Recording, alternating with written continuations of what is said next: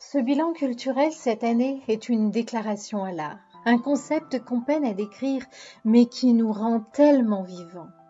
Soulageant tantôt nos peines ou nous permettant d'aller à l'essentiel, il nous donne aussi l'opportunité de rencontrer nos altérités. Qu'on le découvre dans un musée ou sur une scène, je dois vous faire une confidence qui n'est plus un secret. L'art est l'une de mes plus belles histoires d'amour qu'il me plaît de vous partager depuis 8 longues années. L'âge de raison passé, je m'amuse maintenant à plus improviser pour vous amuser, vous interpeller et surtout ne pas oublier. Le temps de ce bilan chaque fin d'année m'emplit toujours d'une grande joie. Je jubile tellement de revivre ces moments uniques d'éternité que je m'applique à chaque fois pour vous façonner un diaporama. Cette année, c'est sur un format vidéo, grâce à quelques tuyaux appris récemment auprès d'un artiste plein de talent, que j'avais envie de vous résumer ce qui m'a fait vibrer. Et pour 2022, je rajouterai une rubrique supplémentaire en fin de bilan, afin de mettre en avant, après ces dures années conjuguées entre confinement et grands changements dans notre monde, 4 rencontres exceptionnelles et inattendues, ce genre de rendez-vous offert par la vie et qui parvient à nous réconcilier avec l'humanité. Pour commencer, laissez-moi à nouveau avec vous survoler mes escapades culturelles, souvent en Normandie cette année et de rares fois dans notre Grand Paris. Trouville et Deauville furent mes paradis terrestres, où je me suis souvent octroyé de grandes respirations culturelles. Sur leurs plages ou aux franciscaines, hauts lieux d'exposition et de ressourcement, j'ai pris plaisir à lire et à admirer l'art sous toutes ses formes.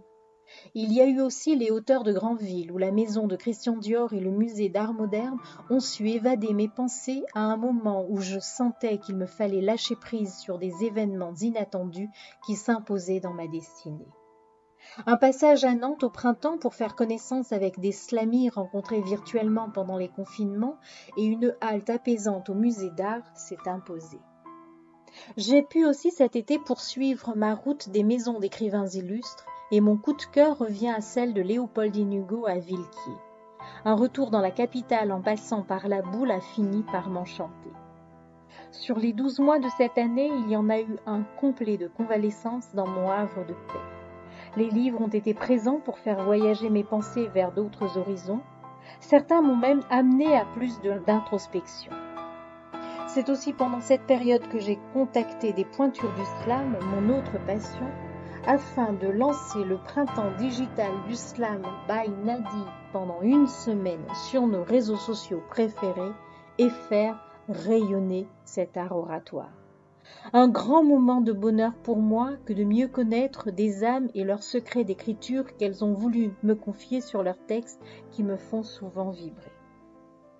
Je ne peux pas ne pas me souvenir aussi de ce grand moment où j'ai pu faire entrer cette passion de l'art dans mon monde professionnel à travers une belle collaboration avec les frères Saget. Et plus près de moi, les expositions au musée Louis Vuitton à Asnières-sur-Seine ou sur le toit de l'Arche de la Défense et son parvis qui m'ont ravie. Côté cinéma, 2 films puissants tirés de la réalité m'ont marqué. Ce besoin et cette curiosité de toujours découvrir les coulisses ont été assouvis. Et enfin, pour finir ce bilan, c'est au slam que je vais laisser le final. C'est le slam qui fut tout au long de l'année la pierre angulaire de toutes mes activités. C'est lui qui me permit de monter sur scène au profit de 3 associations caritatives et c'est à travers lui que 4 rencontres vinrent bousculer les rouages protecteurs de ma vie. 4 rencontres uniques et exceptionnelles que la vie a posées sur mon sentier culturel. 4 êtres qu'on pourrait croire sortis de nulle part et qui apparaissent avec le plus grand des hasards et d'un coup de baguette magique par leur personnalité et leur talent me font rêver de paix et de beauté. Laissez-moi vous les présenter sans aucun ordre de préférence et un bonheur infini de voir que la vie a respecté une parité dans ce choix. Il y a donc eu au mois de mars Introspectus, qui sous un blaze qui annonce en filigrane mon exercice préféré, se cache une âme divine, aux talents multiples de penseuse, slameuse et au parcours très riche. J'ai eu l'extrême honneur d'avoir pu compter sur elle pendant mon événement inédit virtuel du printemps digital du slam. Nous avons prévu de nous rencontrer dans la vraie vie. En attendant, je me délecte de ses cris dans ses écrits. La deuxième rencontre de l'année est celle de Julien Barret, le 7 juin dernier à Courbevoie, pendant le Festival des mots. Ce linguiste est déroutant, tellement il s'exprime merveilleusement bien avec le souci constant de nous donner des clés dans la performance vocale. Il excelle aussi avec son groupe Flow sur scène et j'ai pu avoir l'honneur de découvrir une de ses performances dans la capitale. La troisième et exceptionnelle rencontre est une femme, et quelle femme! Je ne peux que vous inviter à découvrir sa chaîne YouTube sous son blaze de Saguet pour écouter sa voix et ses textes qui sont souvent d'une telle puissance. J'avais entendu parler d'elle l'année d'avant et c'est sur la pointe des pieds que j'ai tenté de l'approcher. Cette année, je l'ai croisée et je suis même montée sur scène 3 fois avec elle pour un spectacle façonné avec d'autres acolytes poètes en faveur d'associations caritatives. Je n'ai pas de mots pour vous décrire sa belle âme, tellement elle me laisse sans voix. Ça tombe mal si les mots m'échappent, car pour vous présenter ma 4e rencontre détonnante de cette année, il m'en faudrait inventer des nouveaux, et c'est un des talents de Hughes le barde qui lui est bluffant, tellement il surfe avec aisance, générosité et virtuosité dans notre famille du slam, tout en flirtant avec les sommets qui composent ce monde. Alors voilà, mon bilan se termine sur cette note slamistique. J'espère qu'il vous a plu de revivre avec moi ces beaux moments.